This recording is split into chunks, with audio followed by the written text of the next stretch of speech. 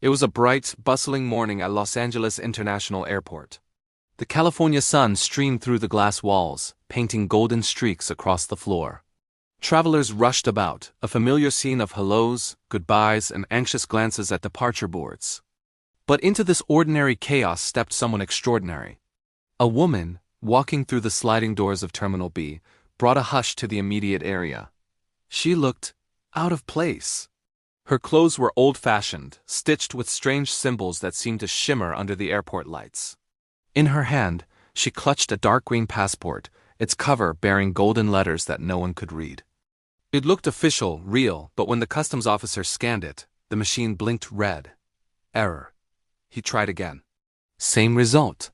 The passport, it seemed, belonged to a country that didn't exist, the Terranel Republic. The woman looked at the officer with a soft, puzzled expression. She asked in a gentle, melodic voice, "Is this America?" Her accent was a complete mystery, carrying an echo, as if she'd learned English not from conversation, but from listening to distant memories.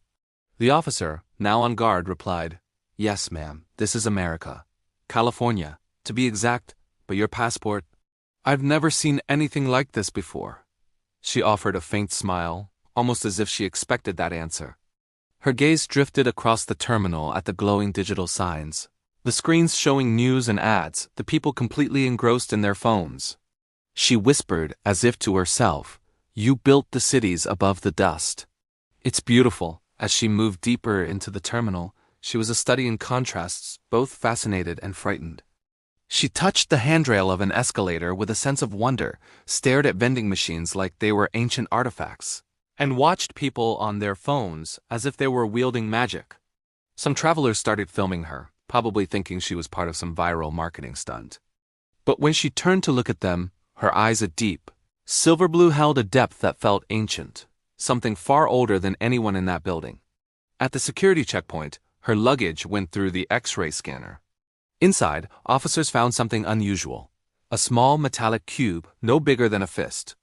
It was smooth, cold to the touch, and engraved with the same glowing symbols that adorned her coat.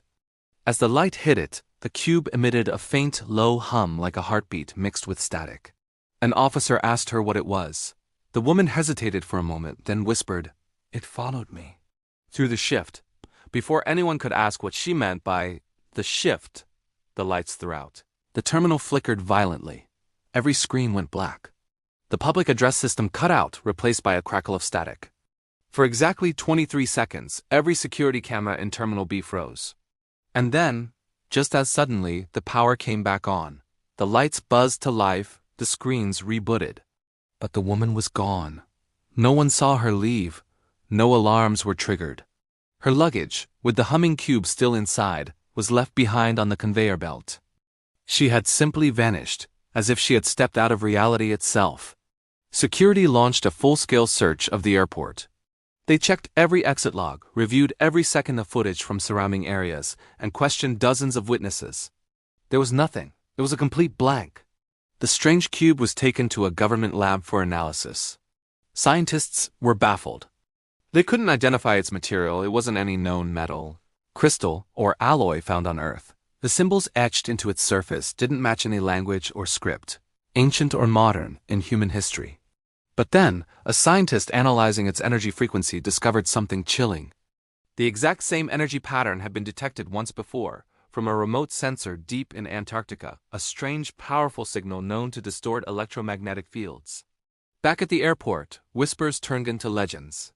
One janitor swore she saw a shadow flicker across a wall just as the power returned, the distinct outline of a woman, dissolving like smoke.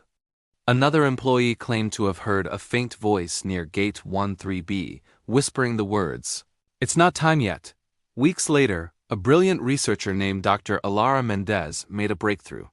She managed to partially decode the rhythmic pulses coming from the cube. They weren't random noise. They were coordinates. But these weren't coordinates to a place on Earth. They pointed somewhere far beyond our solar system. When she cross-referenced the data, she realized they matched the precise location of a recently discovered cosmic anomaly, a massive distortion in spacetime, a ripple in the fabric of gravity, deep in the void between galaxies. If she wasn't from here, Dr. Mendez whispered to her team. Then she wasn't lost. She just went back home. The official investigation quietly faded from public view, filed away as an unsolvable anomaly. But one night, something strange happened. Deep within the airport's digital flight logs, a new entry flickered into existence for exactly 12 seconds. It read, Flight 707 destination, Tiranale Republic. Gate 13B, departure, 3:33 a.m. Before anyone could save the data or trace its origin, the entry vanished. But at that exact time, a few late-night workers and passengers near that gate reported seeing a brief, brilliant flash of light, like a reflection from nothing. And somewhere, in a heavily guarded vault, the metallic cube began to hum again. This time, its pulse was stronger, beating in the exact steady rhythm of a human heartbeat. So who was she? A time traveler who overshot her destination? A visitor from a parallel Earth, a world that perhaps no longer exists? Or was she something else entirely? Some believe she was a messenger, a scout from another world, sent to warn us before what she called the next shift.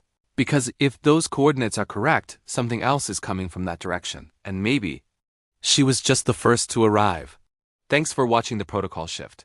If you enjoyed this mystery, don't forget to hit that subscribe button and ring the bell so you never miss another story. Until next time, stay curious.